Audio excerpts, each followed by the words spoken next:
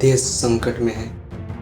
सोचो अगर किसी देश के लोग सांस ले रहे हों, काम कर रहे हों, लड़ रहे हों, लेकिन सोच ही ना रहे हों, क्या वो देश जिंदा होता है या सिर्फ वो चल रहा होता है। और ये हमारे देश की सबसे बड़ी प्रॉब्लम है कि हम बिल्कुल भी हम सोच तो नहीं रहे हैं। और वो सोच की बात नहीं कर रहा हूँ जो कि हम रोज हमेशा सोचते हैं, जैसे कि हमें किसी आइडियोलॉजी से प्रभावित हो जाते हैं और वो आइडियोलॉजी हमारे अंदर नफरत की आग भड़काती रहती है। ये आइडियोलॉजी होती है लेफ्ट विंग और राइट विंग की। ये दोनों की प्रॉब्लम देश की प्रॉब्लम हो जाती है और हम समझ ही नहीं पाते कि क्या हम असल में सोच रहे हैं। सोच तो हम रहे हैं तभी तो लड़ रहे हैं। सोच ये तो बिल्कुल भी नहीं होती कि एक दूसरे से लड़ाई करो। असल मायने में हम जी रहे हैं। हमारी सोच उस तरीके की नहीं है जिस तरीके की होनी चाहिए और इस रियलिटी को हमें अपनाना होगा। जब तक हम चीजों को साइंटिफिक टेम्परामेंट के जरिए नहीं समझेंगे तब तक हमारी सोच वही रहेगी। अलग अलग आइडियोलॉजीज आएंगी, एक दूसरे के बीच लड़ाएंगे और यही हमेशा होता रहेगा। हर आइडियोलॉजी का यही काम होता है और यही होता है हमारा सोच।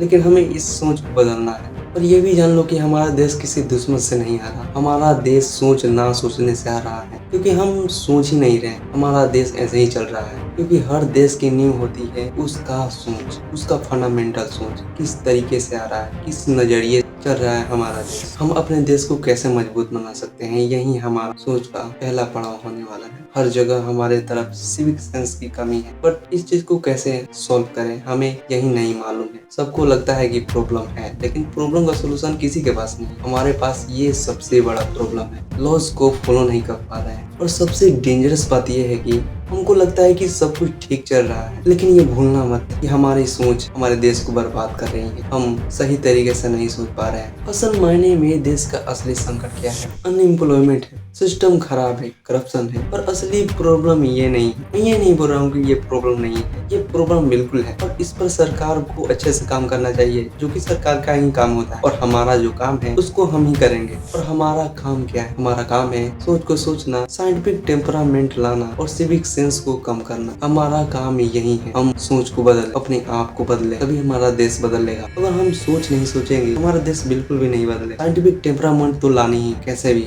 सिविक सेंस खत्म करना होगा क्योंकि सिविक सेंस हमारे देश को पूरी तरह कचड़ा में डाल रहा है, पर वो कचड़े में हमारे देश को जरूर ले जा रहा है। ये असल में प्रॉब्लम है। और असली प्रॉब्लम ये है कि हम प्रॉब्लम को साइंटिफिक तरीके से देखते हैं। और यहाँ से एक बात सामने आती है कि अगर लोग लॉजिक को छोड़ देते हैं तो प्रॉब्लम नहीं बढ़ती, प्रॉब्लम परमानेंट हो जाती है, जैसा कि आज है। और आज हम इसी चीज का सामना कर रहे हैं। प्रॉब्लम परमानेंट हो चुकी है। हमारा फंडामेंटल आइडिया ही कोलैप्स हो चुका है और हमने ये तो समझ लिया कि प्रॉब्लम तो है हमारे सोच, लेकिन अब हम उसे ठीक कैसे करें? और हमारे सोच को ठीक करने का सही तरीका है साइंटिफिक टेम्परामेंट। और ये साइंटिफिक टेम्परामेंट है। साइंटिफिक टेम्परामेंट का मतलब ये नहीं होता है कि हमें साइंटिस्ट ही बन जाना है। हमें साइंटिस्ट नहीं बनना है, पहला बात। इसका असल मतलब होता है कि हमें क्वेश्चन करना है, हमें प्रूफ मांगनी है, हमें कॉज एंड इफेक्ट को समझना है और साथ ही साथ हमें इमोशन से पहले हमें रीजनिंग करनी है। जैसे कि हमारे सोसाइटी में ही देख सकते हो बहुत सारी प्रॉब्लम्स है। जैसे कि तुम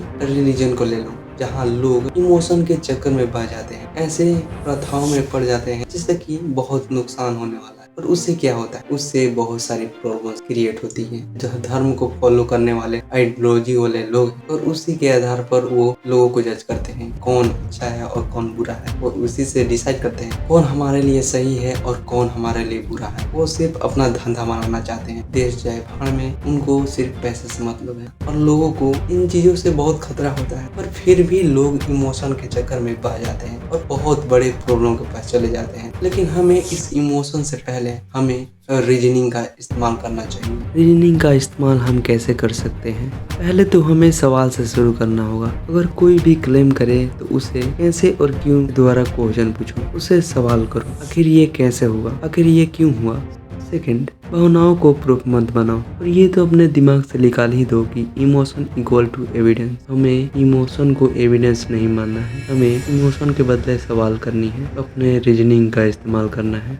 तीसरा, ट्रेडिशन को टेस्ट करो। हर पुरानी चीज गलत नहीं होती और हर पुरानी चीज सही भी नहीं होती। इस चीज का इस्तेमाल बहुत अच्छे से कर सकते हो। और ये तुमको समझना है कि tradition not equal to truth. Tradition truth के इक्वल नहीं है। हमें सत्य को एक मीनिंग देना होगा। सत्य सत्य होता है, सत्य किसी ट्रेडिशन का मोहताज नहीं होता। इसलिए हमें सत्य को सत्य रखना जरूरी है।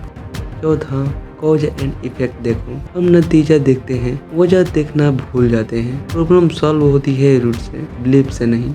पांचवा, मेजोरिटी का प्रेशर। सच वोट से नहीं जीतता, प्रूफ से जीतता है। और इस इल्यूजन में तुम फंसना ही नहीं कि ज्यादा लोग मान ले और वही सच हो, क्योंकि ज्यादा लोग जब मान लेंगे और उसे ही हम सच मान लेंगे तो इसमें क्या फर्क रहेगा झूठ होने का, सच होने का, प्रूफ देने का, प्रूफ ना देने का।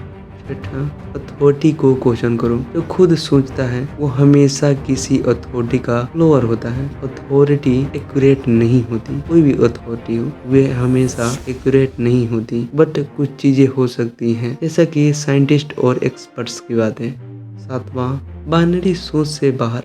दुनिया सिर्फ सही या गलत नहीं होती, अक्सर बीच में भी सच होती है। तुम एक स्केल पर आओ जो बीच का रास्ता निकाल सके। रीजनिंग का मतलब ज्यादा जानना नहीं होता, बल्कि कम मानना है जब तक प्रूफ ना हो। और ये रहे हमारे साइंटिफिक टेम्परामेंट और रीजनिंग को बढ़ाने के तरीके। या तुम अपने साइंटिफिक टेम्परामेंट को बढ़ाना चाहते हो तो इन आइडियाज का इस्तेमाल करो, तुम्हारे लिए बेहतर होगा। तुम अभी से स्टार्ट कर सकते हो मेरे इस वीडियो से ही। तो हो जाओ शुरू। कमेंट बॉक्स में भी कमेंट कर दो। तो इतना टाइम देने के लिए धन्यवाद।